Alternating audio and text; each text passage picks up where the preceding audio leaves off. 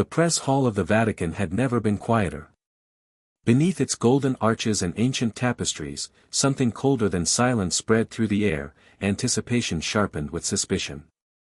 Journalists from across the globe sat like wolves in well-tailored suits, holding their pens like weapons, cameras like rifles. But none carried more menace than Victor Laird.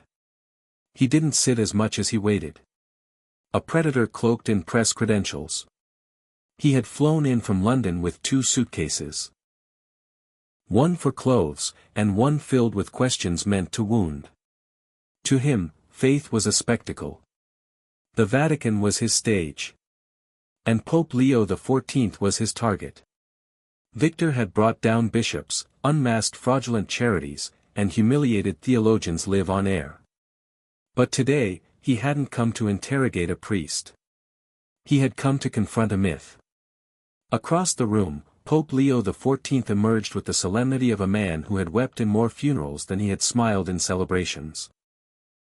He walked with no entourage. No grandeur.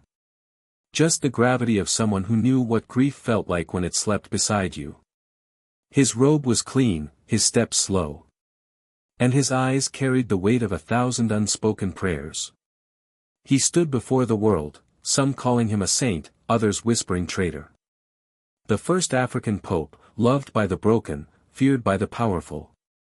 His simplicity offended the elite. His silence frightened the system. He was either the world's last holy man, or its most dangerous. Victor stood before him, microphone raised, voice steady. "Your Holiness," he said, "is it true that under your papacy, the Vatican has funded covert political campaigns across South America and Africa, using charitable arms as a disguise?" There were no gasps. Only stillness. A silence so complete it became holy. Even the marble columns seemed to lean closer. The Pope didn't blink. He didn't shuffle notes. He didn't lean into defense. Instead, he lifted his eyes. Eyes that had seen death in refugee camps and hope in slums, and he spoke in a tone that was both rebuke and benediction. "I do not fund kings," he said. "I defend the forgotten. And if that is a crime, then your world is more corrupt than you dare to admit." The silence cracked. What Victor expected was a dodge. A retreat. A carefully rehearsed statement. What he received was judgment. Not loud. Not theatrical. But the kind of judgment that passes through bone and burns the spirit. The press hall didn't erupt, it collapsed. Not physically, but morally. Dozens of reporters forgot their scripts. Some lowered their cameras. Others stared without breathing, as if the very idea of righteousness had entered the room and dared them to blink. Victor Laird swallowed. And in that moment, everyone watching, whether in New York, Lagos, Seoul, or Madrid, knew that something ancient had just happened. Something media couldn't distort. Something politics couldn't buy. A man stood accused before the world. And without raising his voice, he made the world look guilty. Before we go any further, tell us where you're watching from. And if your chest tightened while listening, ask yourself why you're not subscribed. Because if truth like this makes you shift in your seat, perhaps it's not the Pope that's hiding. Perhaps it's you. The camera feeds reached every continent. From Nairobi to New York, Manila to Milan, homes flickered with the sterile light of Vatican broadcast. The Vatican Media Auditorium, normally reserved for safe, sanitized statements, had been transformed into a global courtroom. Not a trial by jury, but by perception. Every seat filled. Every lens focused. Every throat dry. And at the center stood 2 men, equal in confidence, but worlds apart in spirit. Victor Laird, 37, carried no crucifix around his neck. Only credentials. He had never stepped inside a church for worship, only for war. His career had been forged in confrontation, his success measured not by truth, but by exposure. What he uncovered, he celebrated. What he couldn't control, he dismantled. He believed faith was a mask for fear, and religious leaders were simply politicians in cassocks. He had once said on live television, "If God is real, let him come to my studio and sit across from me." The clip had gone viral. But today, across from him stood someone the world dared not mock. Pope Leo XIV, formerly Cardinal Mbaye of Kenya, had grown up in the dust of forgotten places. His childhood bore no resemblance to power.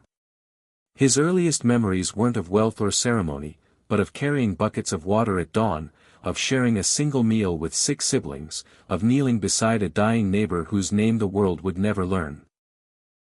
He had buried friends before he learned to write, and preached hope before he had shoes. When Rome came calling decades later, it wasn't because he wanted power, it was because his humility had become too loud to ignore. As Pope, he rejected the papal palace and chose a small apartment inside a convent. He washed the feet of prisoners, some convicted murderers. He opened the Vatican gates to migrants that political leaders had condemned. He cancelled billion-dollar investments that were built on lies, and stood beside nations that had no seat at the global table. To some, he was the fulfillment of prophetic hope. To others, a danger to the status quo. Victor Laird, of course, had his own conclusion: Pope Leo was hiding something. And if he wasn't, then at least he could be cornered. Questioned. Broken in front of the world. Victor had studied every moment of the Pope's rise.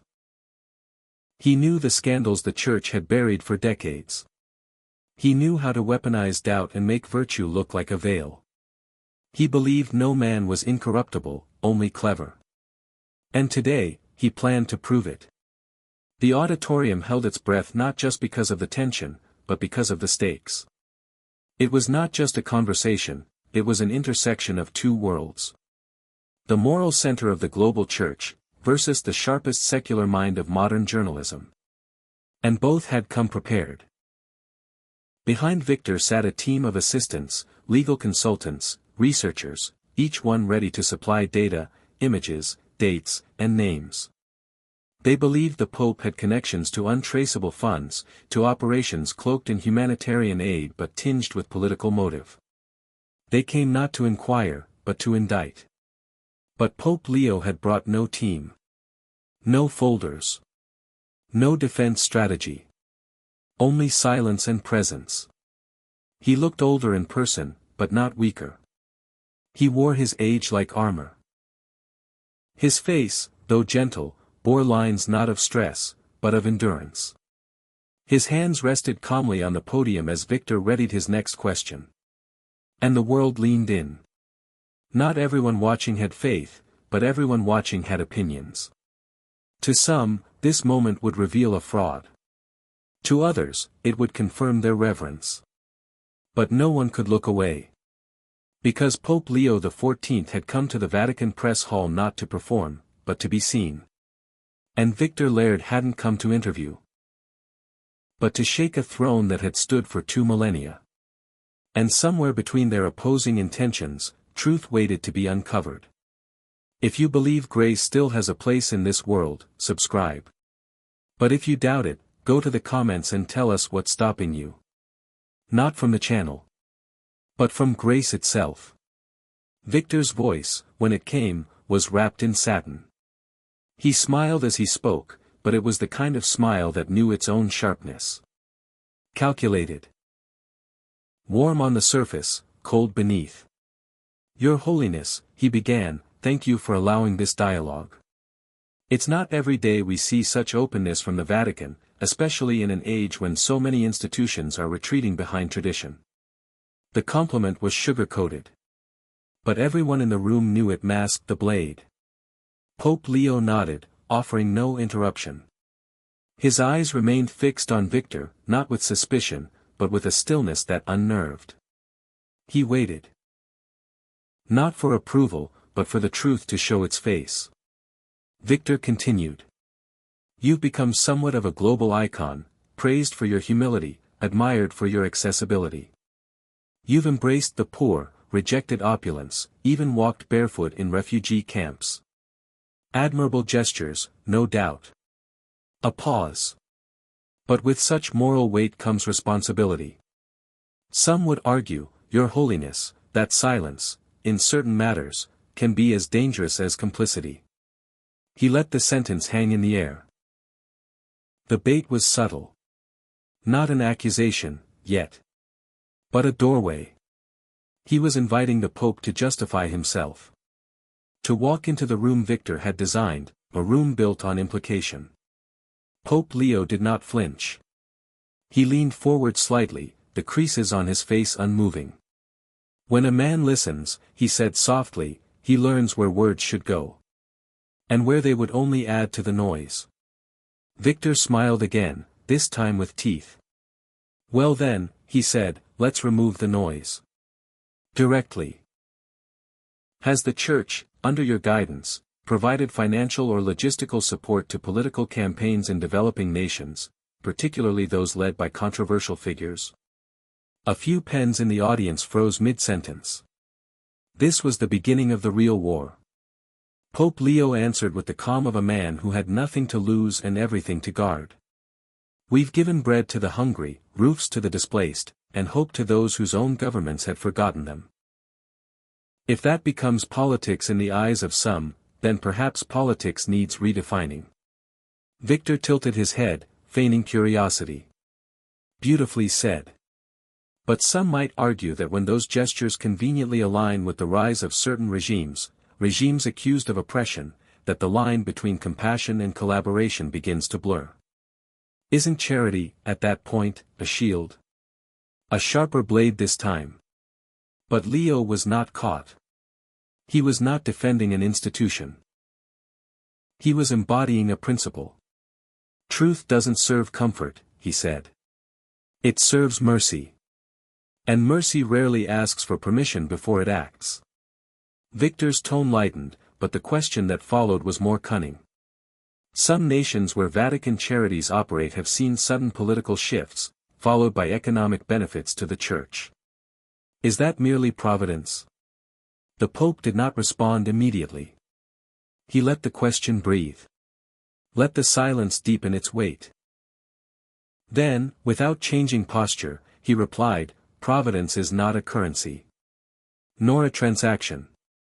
It's the hand that moves when we are too blind to understand the why.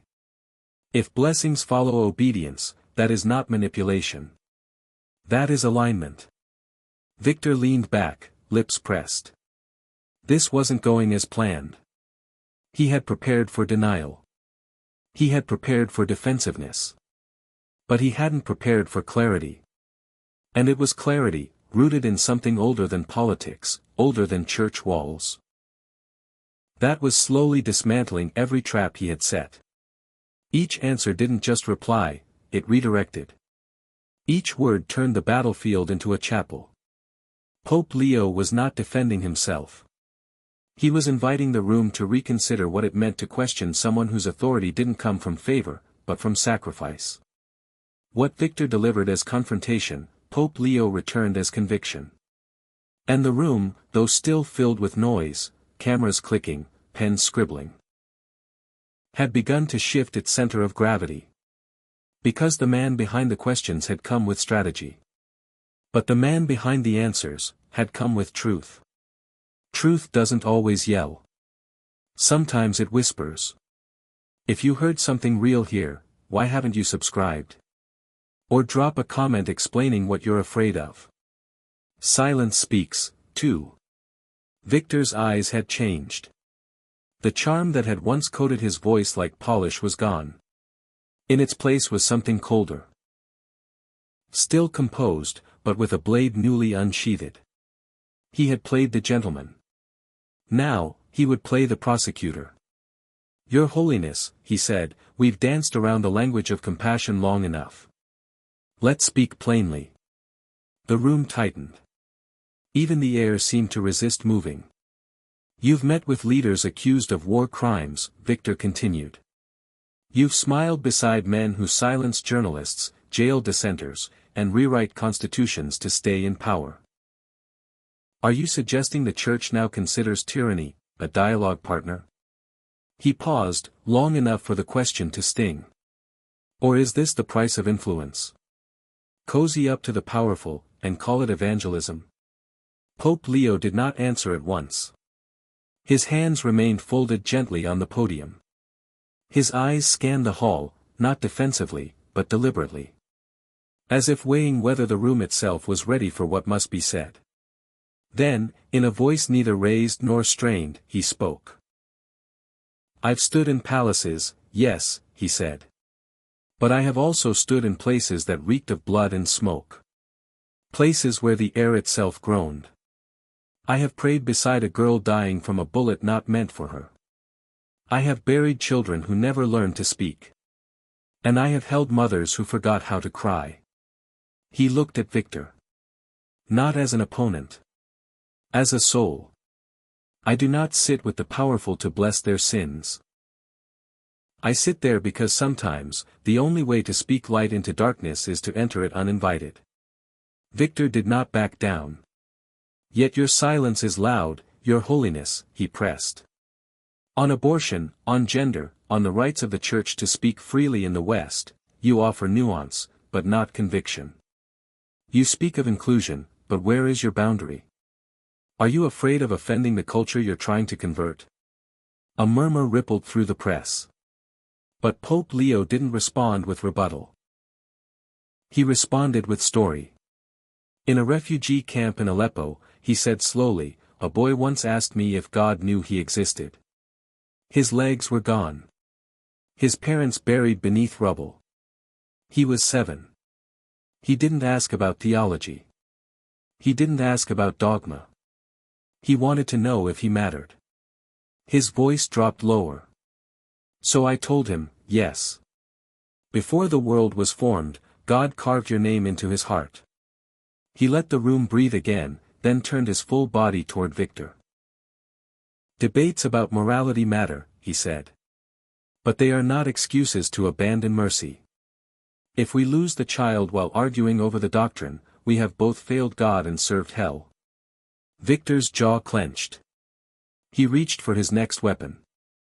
"Still, you meet with tyrants and embrace outcasts while saying nothing about sin. Isn't this just diplomacy dressed in cassocks?" Pope Leo's tone shifted. No longer the soft cadence of a pastor. No longer the patient poise of a statesman. Now, a prophet. "I speak to kings," he said, "because they command armies. But I kneel before the broken, because they command heaven's attention. The Church was never built to be liked. It was built to be light. And light does not negotiate. It reveals." He stepped from behind the podium. His feet were quiet. His presence was not. "You say I favor leaders," he said, "but I favor souls. I do not ask what banner they wave. I ask how many tears they've caused. And when I speak with them, it is not to be seen. It is to speak what their courts no longer tell them: you are dust, and dust cannot rule forever." The room was no longer a press hall. It was a reckoning. A silence came, not from fear, but from the weight of hearing something unarguably true. "The world," he said, now addressing everyone, "needs more bridges, not barricades. We must walk toward the wounded, not wait for them to crawl into our doctrines." He turned back to Victor with finality. "You came here to find corruption," he said. "You found compassion instead. Don't confuse the two. One hides in darkness. The other bleeds in daylight." And with that, the atmosphere broke. Some reporters blinked back tears they couldn't explain. Others stared at the floor, suddenly unsure of their role in the room. And Victor, who had never flinched in any interview, looked briefly, uncertain. Because what do you do when your target doesn't break, but bends the entire room around his moral weight? If this moment made your heart beat harder, don't scroll. Subscribe. If it didn't, tell us in the comments what made you numb. Because what we choose not to feel reveals more than what we claim to believe. Victor had lost something, and everyone in the room could feel it. The air was no longer bending toward him. It had shifted, subtly but decisively, toward the man in white who stood with hands unclenched and eyes undimmed. The power dynamic had cracked. The journalist, once the aggressor, now stood on a shrinking platform built on insinuation. And he knew it. Desperation, once hidden beneath polish and professionalism, flickered across Victor's face. His next words came too quickly. They did not rise from confidence, they burst from pressure. "Are you just a puppet in white robes?" he snapped. The question struck like lightning, jarring, vulgar, too sharp for a room so still. The silence that followed was immediate and absolute. Even the hum of the camera seemed to hush. Pope Leo did not move at first. He remained still, utterly still. The kind of stillness that cannot be shaken, only watched. Then he stepped forward. Just one step. It was not aggressive. But it was final. He leaned slightly toward the microphone. And when he spoke, his voice was not loud. But it was no longer quiet either. It had acquired the weight of something ancient and immovable. "I've seen more truth in a child's dying breath," he said, "than in a million press briefings." The word struck the room like a thunderclap with no sound, just recognition. Victor did not respond. He didn't have to. The damage was internal. Immediate. Pope Leo continued. "I've held children who begged for water with their last whisper. I've prayed beside fathers digging graves with their bare hands. I've watched warlords call themselves leaders and heard nations cheer their names while their own streets bled. And still, you ask me if I am the puppet?" He took another step. Not toward Victor, but toward the truth itself. "You call it naive to protect the innocent," he said, and his eyes, though kind, sharpened like a chisel. "I call it sacred." The line didn't hang in the air. It cut through it. The way only truth can, swiftly, cleanly, without apology. Victor's body was still upright, but something in his stance folded. He no longer looked like a man in control of the room. He looked like a man suddenly aware that he had underestimated not just a pope, but a presence. Because it was not just words that Pope Leo had spoken. It was a testimony. The kind that can't be debated. The kind that strips rhetoric bare and lays the conscience open. Across the world, screens went silent. Viewers froze mid-sip, mid-scroll, mid-thought. In kitchens, dorm rooms, office lobbies and hotel bars, no one spoke. They watched. And they felt it. Something holy had pierced through the politics. Something irreversible had landed. It was not strategy. It was not spin. It was the sound of a soul who had bled truth long enough that no accusation could stain him. And in that moment, the press hall stopped being a battlefield. It became a witness stand. Not for Leo. For the rest of them. For all of us. This shook something in you. Admit it. Subscribe to Circle of God's Glory, or confront your own silence in the comments. Because some moments don't just demand response. They demand reckoning. Pope Leo did not gloat. He did not lean into the weakness he had uncovered, nor bask in the silence now drowning his challenger. That was not his nature. And that, more than anything, was why he had won. He allowed the moment to settle, not in triumph, but in clarity. Then, with a voice as steady as before, but now stripped of all diplomatic polish, he began to reframe the conversation, not for Victor, but for the world watching. "You confuse proximity with partnership," he said, eyes moving across the room. "Engagement is not endorsement. A physician does not become the disease because he touches the wound." The simplicity of the sentence made it unbearable to deny. It deflated every headline Victor's team had prepared. Every clip, every cut, every carefully constructed insinuation now lay at the feet of something much older than narrative, truth. Pope Leo did not stop. "You see me in the company of presidents and presume I share their sins. You see me speak with rebels and assume I echo their rage. But I walk where the lost still breathe, where the corrupt still hope to change, where justice has not yet been taught to speak. He stepped away from the podium entirely now, no longer using it as a platform but allowing his words to stand without anchor. The Church does not isolate itself to remain pure, he continued. It descends into chaos, into grief, into unclean places, not to blend in, but to pull people out.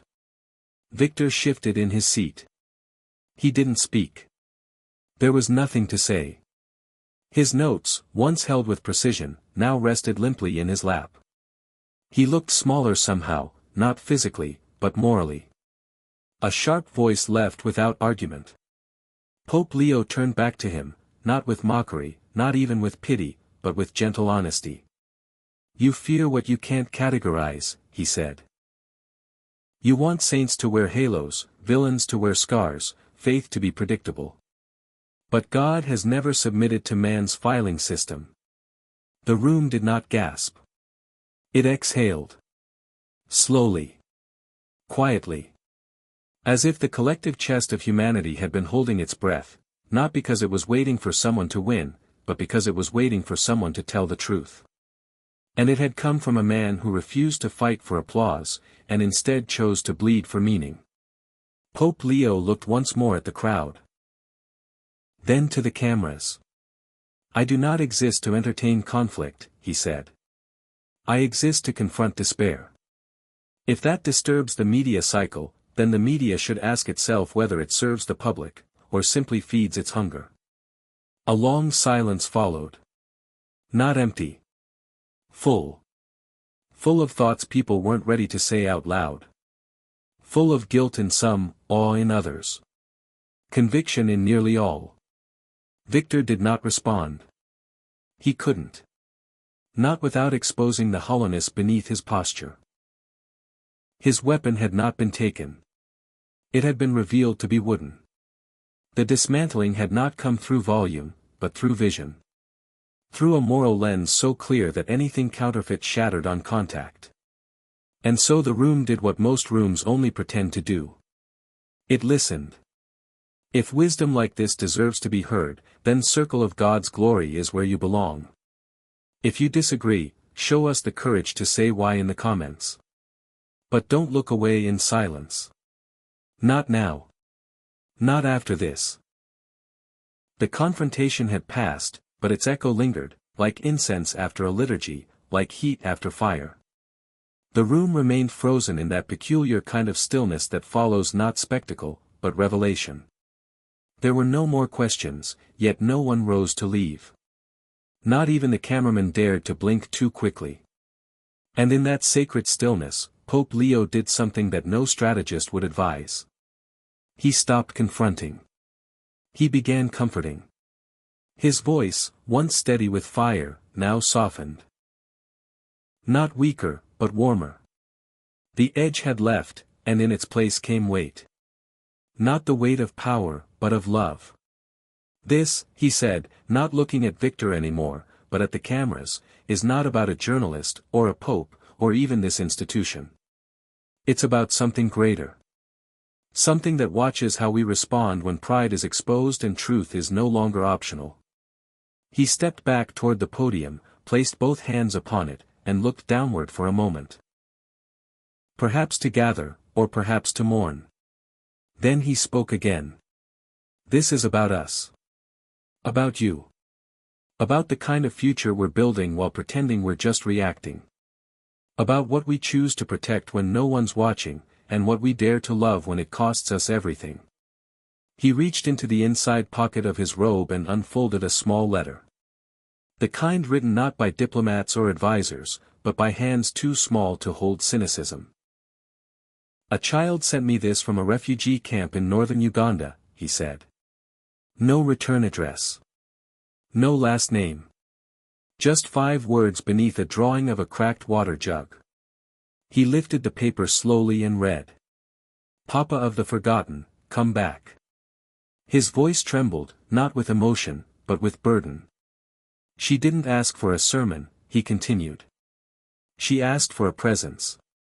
For a face to return. For a love that does not expire once the cameras are gone. The room was silent again. But this time, the silence had changed. It was no longer filled with resistance. It was filled with repentance.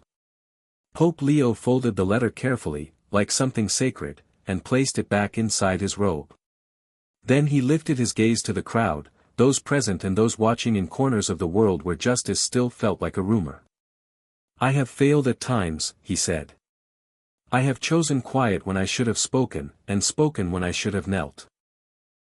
But I have never stopped believing in one truth, that no soul is too lost to find, and no heart too cold to warm." He extended his hands, not as a gesture of authority, but of offering. "So I offer this prayer. Not just for the faithful, but for the furious.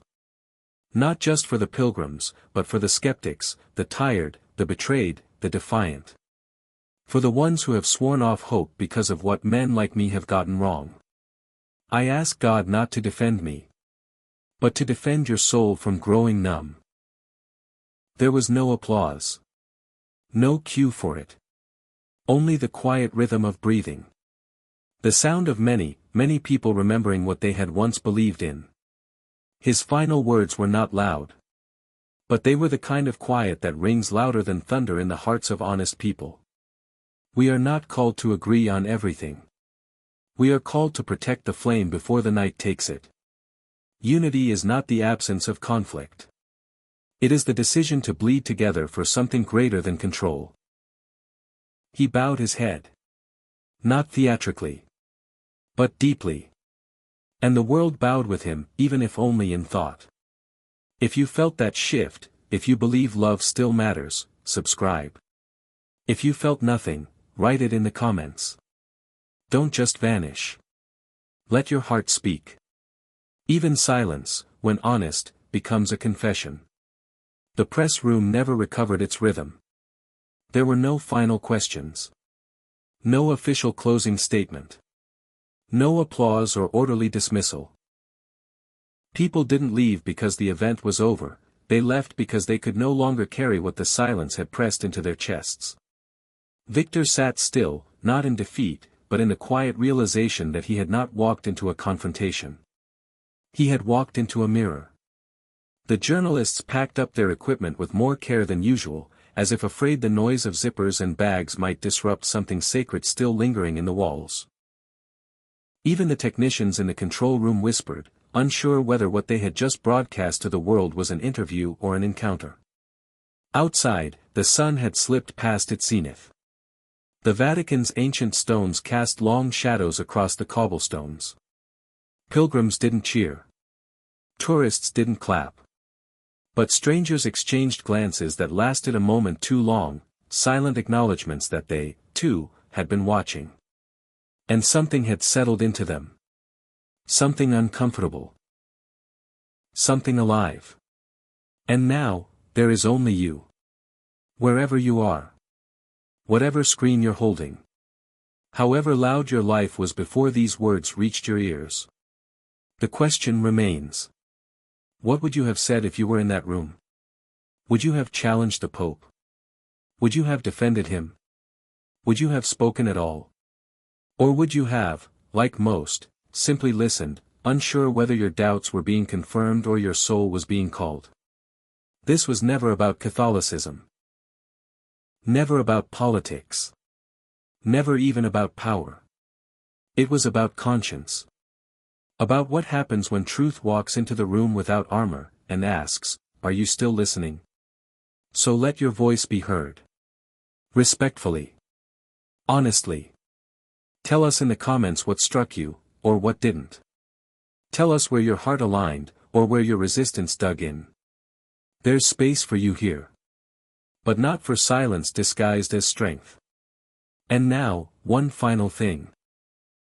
If you've made it this far, then you've already felt it, the ache of something real, something rare. Not hype. Not spin. Just truth. Dressed in courage. Carried in dignity. So may we all seek truth with humble hearts, and the courage to follow where it leads.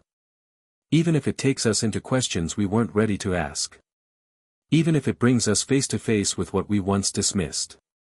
Even if it costs us the comfort of being right. Subscribe to Circle of God's Glory. Not because we said so, but because you know this kind of truth is rare. And if you still can't, we challenge you to tell us why.